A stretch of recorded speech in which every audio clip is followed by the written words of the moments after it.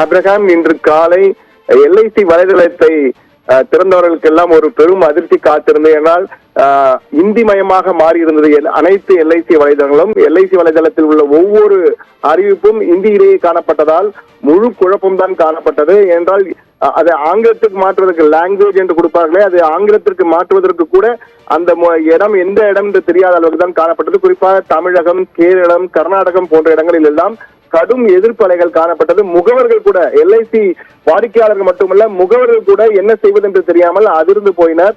இதையடுத்து அடுத்தடுத்து பல இடங்களில் இருந்து எல்ஐசி தலைமையகத்திற்கு தொடர்ந்து தொலைபேசி அழைப்புகள் மற்றும் கண்டன குரல்கள் எல்லாம் எழுந்ததை அடுத்து தற்போது அவசரமாக தொழில்நுட்ப குழு களமிறங்கி இருப்பதாக கூறப்படுகிறது. அவர்கள் உடனடியாக அதை சரி செய்யும் பணியிலே ஈடுபட்டிருக்கிறார்கள். ஆனால் முழுமையாக இன்னும் மாறவில்லை. ஆனால் இதில் எல்ஐசி அவசரமாக ஒரு விளக்கத்தை கொடுத்திருக்கிறது. தொழில்நுட்ப கோளாறு காரணமாக இது போன்று இந்தியில் மாறிவிட்டது என்று.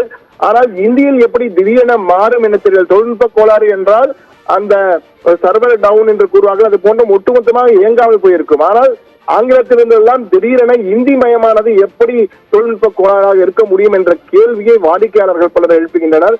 குறிப்பாக தமிழகத்திலே பல இடங்களில் நமது தொலைபேசி, நமது டிவி அரங்கத்திற்கே தொடர்ந்து பல அழைப்புகள் வந்தன. இது போன்று திடீரென மாறியிருப்பா, என்ன செய்வது என்று தெரியவில்லை. எப்படி நாங்கள் எல்ஐசியில் பணத்தை கட்டுவதை டிஜிட்டல் மயமாக வேண்டும் என தொடர்ந்து மத்திய அரசாங்கமும் எல்ஐசியும் கூறி வருகிறது. டிஜிட்டலில் பணம் கட்டுங்கள் கூறி வருகிறார்கள்.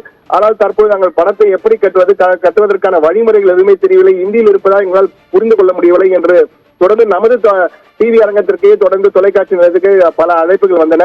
அதையடுத்து நாம் எல்ஐசியை தொடர்பு கொண்ட முயற்சித்த போது அவர்கள் சொன்ன ஒரே விளக்கம், தொழில்நுட்ப கோளாறு, விரைவில் சரி செய்து விடுவோம் என கூறியிருக்கிறார்கள். ஆனால் இதுவரை சரியாகவில்லை. காலையில் இருந்து இதே சூழ்நிலை தான் காணப்படுகிறது. எனவே ஒரு முழுக்கமாக எல்ஐசியே என்று முடங்கியது என்று கூறும் அளவுக்கு இதனுடைய பாதிப்பு எதிரொலித்துக் கொண்டிருக்கின்றதான் கூற வேண்டும்.